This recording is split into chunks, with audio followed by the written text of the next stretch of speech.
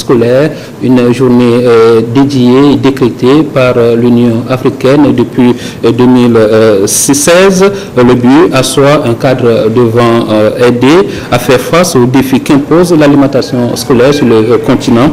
Au Togo, pour que la faim ne soit plus un obstacle à l'accès au maintien à l'école et au développement de l'enfant, le gouvernement et ses partenaires ont entrepris d'importants efforts. Des cantines scolaires ont été créées et rendues opérationnelles depuis 2008 dans 340 écoles pilotes, alors que nous commémorons la 4e édition de cette journée dite africaine de l'alimentation scolaire au Togo, quel est l'état des lieux. Et pour en parler ce soir, sur le plateau de la semaine, je reçois pour vous Madame Fleur Essa Sidibé, j'y suis arrivé, coordinatrice région centrale de l'ANADEB, Agence nationale de développement à la base, elle est juste à ma droite. Et à ma gauche, je suis avec M. Kouma Kokou Tofio, il est le coordinateur du projet Filets sociaux et services de base FSB. Tous deux nous viennent de l'Agence nationale de développement à la base. Bonsoir, madame, monsieur. Bonsoir, monsieur. Madame Sidibé, vous venez de la région centrale. Le trajet a été quelque peu long. Mais très bien, on rend grâce à Dieu. Vous êtes arrivé Saint-Michel. Monsieur Tofio, vous êtes à la tête des filets sociaux de développement. À la base, comment se porte ce projet? Oui, le projet filets sociaux et services de base se porte bien. Et nous sommes en train de mettre en œuvre ce projet dans de bonnes conditions.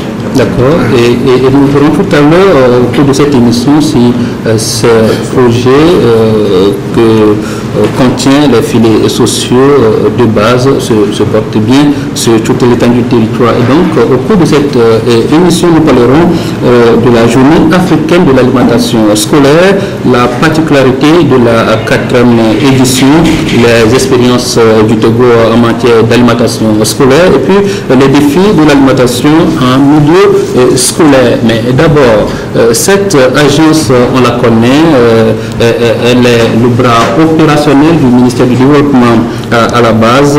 On la voit, elle est présente dans les communautés à travers divers projets et programmes. Mais souffrez que je vous demande ici, Madame Sidibé, de nous rappeler, n'est-ce pas, le cahier de charge, la mission assignée à votre agence, que vous incarnez et que vous représentez toujours ici.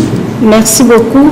Avant de répondre à votre question, je voudrais d'abord dire merci à la TVT pour l'opportunité qui nous est offerte de revenir sur l'importance de l'alimentation scolaire. Et donc, pour aller rapidement sur la mission de l'ANADEB, il faut d'abord savoir ce que c'est que l'ANADEB. Qu'est-ce que c'est? L'ANADEB, c'est l'Agence nationale d'appui au développement à la base, qui est créée le 19 janvier 2011 par décret présidentiel et qui est, comme vous l'avez dit, le bras opérationnel, ou si vous voulez, la cheville ouvrière du ministère du Développement à la base, de l'artisanat et de la jeunesse. Donc sa mission, c'est de mettre en œuvre la politique nationale de développement à la base, définie par le gouvernement et qui voudrait que d'ici l'horizon 2032, que toutes les communautés vulnérables au Togo aient accès à un minimum vital commun. Et donc, les principaux points de cette conception du minimum vital commun, c'est l'alimentation, la santé, l'hygiène, le désenclavement. Et l'ANADEB met en œuvre 6 projets vous voulez et dire programmes. que d'ici 2032, les populations les plus vulnérables, les plus pauvres, des zones les plus reculées et surtout vont devoir avoir accès à tous les éléments que vous venez de citer et que vous appelez minimum vital commun. Exactement, parce qu'aujourd'hui, le cadre est déblayé, le terrain est déblayé, les politiques existent déjà et la stratégie pour amener ces communautés à avoir accès à ce minimum vital commun est là, est disponible. Donc ce qu'il faut faire, et c'est aussi un élément de la vision de l'ANADEB, c'est de veiller à ce que dans chaque politique, programme ou plan qui est élaboré, qu'on puisse tenir compte de la dimension développement à la base. Ça veut dire que quoi? Ça veut dire que si dans le secteur éducation, par exemple, on est en train d'élaborer une politique macro, il va falloir faire en sorte que les priorités des communautés puissent être prises en compte et que ces priorités aussi puissent trouver en tout cas le lien entre plusieurs secteurs. Est-ce que vous voyez? Donc c'est ça la mission de l'ANADEB. Parce qu'aujourd'hui, on ne voudrait plus qu'une autre communauté soit mise à côté. Donc c'est ça le développement inclusif. Et donc c'est depuis l'élaboration des outils de planification qu'on doit s'assurer de la prise en compte des priorités des communautés. C'est notre vision à l'ANADEB. Et comment est-ce que l'ANADEB intervient sur le terrain? Voilà, donc vous voulez... C'est l'ANADEB qui va vers les communautés, mais c'est les communautés qui viennent vers l'ANADEB. Comment est-ce que cela se passe, Madame Sidibé? Je dirais que c'est les deux. C'est les deux. Donc, dans la présentation de l'ANADEB, je vais poursuivre et je vais revenir sur votre question pour ne pas commencer par parler déjà des principes de l'ANADEB. Donc, l'ANADEB a 6 projets et programmes qui sont actuellement exécutés sur le terrain. Donc, le premier, nous allons parler du projet de soutien aux infrastructures socio-communautaires, le PESMICO. Le PESMICO, c'est avec ce projet que nous réalisons les infrastructures marchandes, les infrastructures scolaires, les infrastructures au niveau sanitaire. Et nos partenaires sur ce projet actuellement, c'est le PUDC. Donc c'est sur ce projet que nous avons réalisé les marchés de Blita. Je commence par Blita parce que je viens de là. Voilà, de Blita, de Lavagnon, dans les plateaux, le marché de Guérinkouka qui vient d'être inauguré par le chef de l'État. Et sur ce projet, il y a un aspect important. C'est que nous accompagnons les communautés à s'approprier la démarche du développement à la base. La finalité, ce n'est pas l'infrastructure, mais c'est tout ce dispositif que nous développons pour que les communautés soient en mesure de pouvoir l'implémenter quelque part. Que les communautés soient en mesure de disposer de leur plan de développement. Et ça fait déjà près de 8 ans que l'ANADEB est en fonction. Est-ce que les communautés, vous arrivez à identifier qu'elles arrivent réellement à s'approprier ces plans que vous leur proposez? Aujourd'hui, c'est une réalité. On a des exemples au Togo où les communautés peuvent conduire de bout en bout le processus de développement communautaire. Depuis l'identification de leurs besoins jusqu'à la priorisation, à l'élaboration des outils de planification, jusqu'au lancement de l'ouvrage même. Et le suivi, surtout le suivi, la supervision des travaux. Et c'est ça qui garantit pour nous l'appropriation. Donc sur ce programme, le PESMICO, c'est vraiment un paquet de services que nous apportons à la communauté, mais sur la base du besoin identifié par la communauté elle-même. La communauté identifie les besoins, l'ANADEB l'appuie, c'est cela? Oui, mais avant cela, il faut apporter les outils qu'il faut pour que la communauté sache vraiment identifier et surtout prioriser. Vous êtes d'accord avec moi que dans nos zones rurales aujourd'hui, le besoin est énorme en termes de réalisation des micro-projets. Les efforts consentis par le gouvernement sont très importants et que nous saluons ici, mais le besoin est toujours là. Et donc, il faut accompagner cette communauté-là à savoir, et de manière inclusive, participative, à savoir qu'il faut d'abord commencer par quelque part. Monsieur, voilà. Donc, il faut un renforcement des capacités et que nous faisons. La composante renforcement des capacités est très importante sur le PESMICO. Je vais donc poursuivre avec le deuxième projet. Avant d'y arriver, maintenant, moi j'ai envie de vous demander, est-ce que toutes les communautés, ou qu'elles soient, ont vraiment le même niveau d'information en ce qui concerne le fonctionnement de l'ANADEB? Aujourd'hui, le dispositif est fait de telle sorte que toutes les communautés aient accès à l'information. Le dispositif, quand je parle de l'institution de l'ANADEB, quand vous prenez l'ANADEB, nous avons un conseil d'administration. Et avant le conseil d'administration, nous avons un conseil de surveillance qui est multisectoriel. Et ensuite, nous avons le conseil d'administration aussi, qui est multisectoriel. Nous avons la direction générale de l'ANADEB, dont le siège se trouve à Lomé, et les antennes de l'ANADEB. Donc, les antennes de l'ANADEB prennent en compte un personnel qui se trouve dans chaque préfecture de notre pays. Et donc, nous assurons déjà la proximité.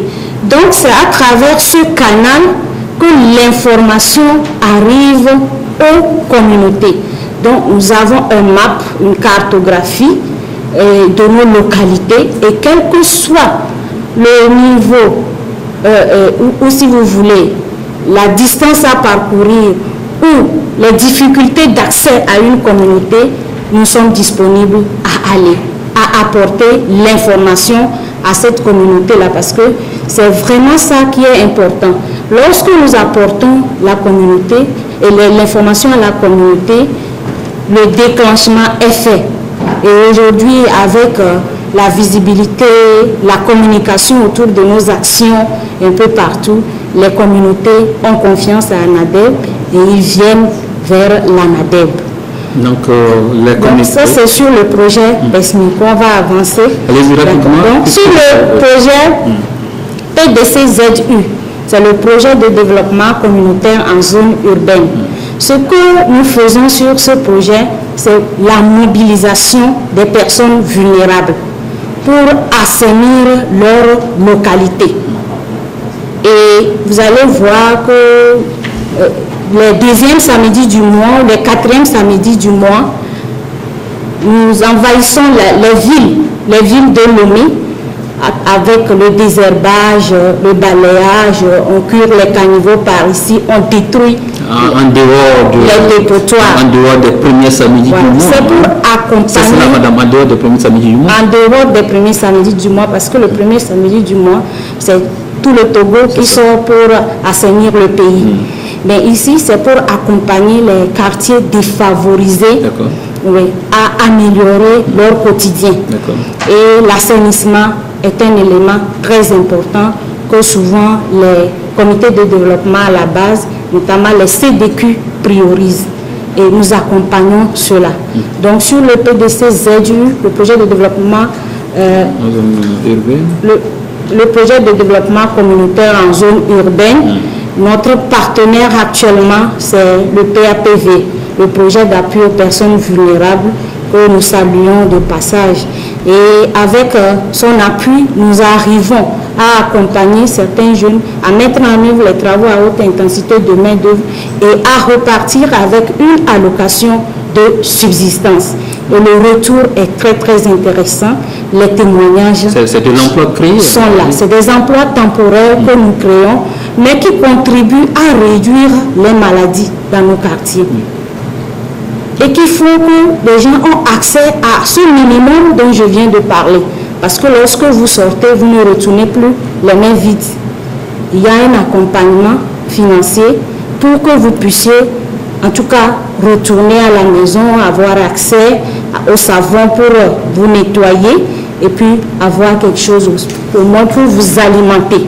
Oui, ce travail, ça se fait avec les communautés et c'est en collaboration peut-être, je ne sais pas, puisque nous voyons aussi l'ANASAP aussi sur le terrain, comment est-ce que ça se passe et est-ce qu'il y a un rapport? Oui, il y a forcément un rapport. Il y a forcément un rapport. Nous nous mobilisons. Nous mettons l'accent sur l'organisation des communautés et la mobilisation. Donc, au niveau de la NASAP, ils ont de l'expertise. Est-ce que vous voyez, ils ont de l'expertise pour aménager les espaces qu'ils mettent à notre disposition. Et je pourrais donner l'exemple des ouvrages d'assainissement que nous avons réalisés à Tchamba. Lorsque le projet a été né, c'est dans une approche multisectorielle que nous avons eu à le faire. On a d'abord rencontré les autorités locales. Il y avait la NASAP, il y avait l'assainissement, et on a monté quelque chose. Et grâce à l'appui financier du PAPV, aujourd'hui nous avons réalisé 3 blocs sanitaires avec mini-adduction d'eau. C'est un système photovoltaïque qu'on a mis en place pour pouvoir alimenter les blocs sanitaires. Voilà, donc c'est ce que nous faisons sur le PDCZU. Et quand nous prenons le projet de soutien aux micro-projets d'infrastructure, pardon, on a déjà parlé du PESMICO. Donc quand nous prenons le PESAEG, le projet de soutien aux activités économiques des groupements, nous mettons l'accent sur l'accompagnement à la transformation des produits. Et là, sur ce projet, nous avons pu accompagner les groupements à avoir accès aux unités de transformation de tomates. Avec ce paquet d'accompagnement, on arrive aujourd'hui à transformer. Et ça se la tomate bio, ça se passe en zone rurale. Ça se passe en zone rurale. On a pu accompagner les groupements à avoir des équipements adaptés pour transformer le manioc en gari, en tapioca. On a eu à accompagner les communautés à pouvoir améliorer disons, leurs revenus, parce que c'est une activité commerciale, c'est une activité qui génère les ressources des communautés. Et donc, c'est vraiment intéressant de voir que nous partons petits, mais nous arrivons à faire grand avec la communauté. Est-ce que vous voyez? Donc, nous avons aussi un projet qui mobilise beaucoup de main-d'œuvre, et c'est le projet du cantonnage. C'est l'entretien manuel des pistes, des routes. Et ça vise vraiment à réduire les accidents sur nos routes et à créer des emplois au niveau temporel. L'ANADEB a en charge beaucoup de projets. Je crois que nous n'allons pas les citer tous ici, sinon on ne va pas finir cette émission. Et donc les projets qui restent, c'est vraiment les projets de filets sociaux, et je pense que le coordonnateur délégué pourra revenir sur ces projets. Justement, puisque l'émission est consacrée à cela, nous allons poursuivre cette émission en vous invitant de suivre d'abord ce sujet consacré à la célébration de la 4e édition de la journée africaine de l'alimentation scolaire. C'était le 1er mars dernier à Boto. Je vous propose de suivre ce sujet réalisé par Luc Assis. Il est midi, les élèves de l'école primaire publique Boto-Chloromé dans la préfecture de Yoto sont à table pour déjeuner. Un déjeuner qui leur est offert gratuitement grâce à l'initiative Cantine scolaire pilotée par l'Agence nationale d'appui au développement à la base, ANADEB. Depuis sa mise en œuvre, cette initiative a pris en compte 304 écoles dans les cantons vulnérables du pays. Elle a permis de distribuer 8 millions de repas à plus de 91 600 élèves. Nous, les élèves de EPP Boto-Chloromé, sommes très contents de l'arrivée de la cantine scolaire, car elle nous permet d'être réguliers à l'école, d'éviter l'absence et l'abandon, de nous empêcher à se rendre chez les parents au champ à midi et retourner tard à l'école. Nous remercions sincèrement les initiateurs et les donateurs. Il n'y a plus d'absence, il n'y a plus d'abandon. Ceux qui ont abandonné, lorsqu'ils ont appris que la cantine est arrivée, ils commencent par venir. Donc au début, nous avons commencé la cantine avec 309 élèves. Une semaine d'activité avec la cantine, l'effectif est monté jusqu'à 326. Aujourd'hui, nous avons comme effectif 328. Je pense qu'avec l'arrivée de la cantine à l'EPP Boto-Chloromé, les enfants sont contents, ils sont fiers et ils mangent bien. Et ça peut nous aider, nous les enseignants, d'avoir un bon résultat à la fin de l'année. Un impact jugé satisfaisant par les partenaires financiers et techniques qui appuient le gouvernement togolais dans la réalisation et la réussite de ce programme. Ce qui m'a impressionné, c'est le fait qu'en moins d'un mois, qu'on voit les parents en train de s'organiser pour que les enfants mangent à l'école, qu'on voit les femmes qui s'organisent aussi pour assurer la cantine, donc la cuisson des aliments, et c'est de façon volontaire. Tous ces deux éléments m'amènent à dire que c'est une initiative qui est très très bonne. Et je ne peux que féliciter la NADEP et le ministère du Développement à la base pour cette initiative. Le PAM peut amener à conseiller le gouvernement, à apporter son expertise technique pour faire ce lien entre la production locale et les cantines scolaires. Il y a aussi les questions de l'eau, d'hygiène des aliments. Tout ça, le PAM a une expérience. La conservation des aliments. Tout ça, il y a des techniques appropriées. La qualité des aliments. C'est ça que le PAM est disposé à apporter. Nous avons compris depuis le début que le gouvernement était engagé. Sur les 304 écoles couvertes en ce moment, 143 sont couvertes par le gouvernement. Et avec cette initiative où on a ajouté 10 nouvelles écoles, je crois que progressivement, on est en train d'entrevoir la solution en matière de PMI.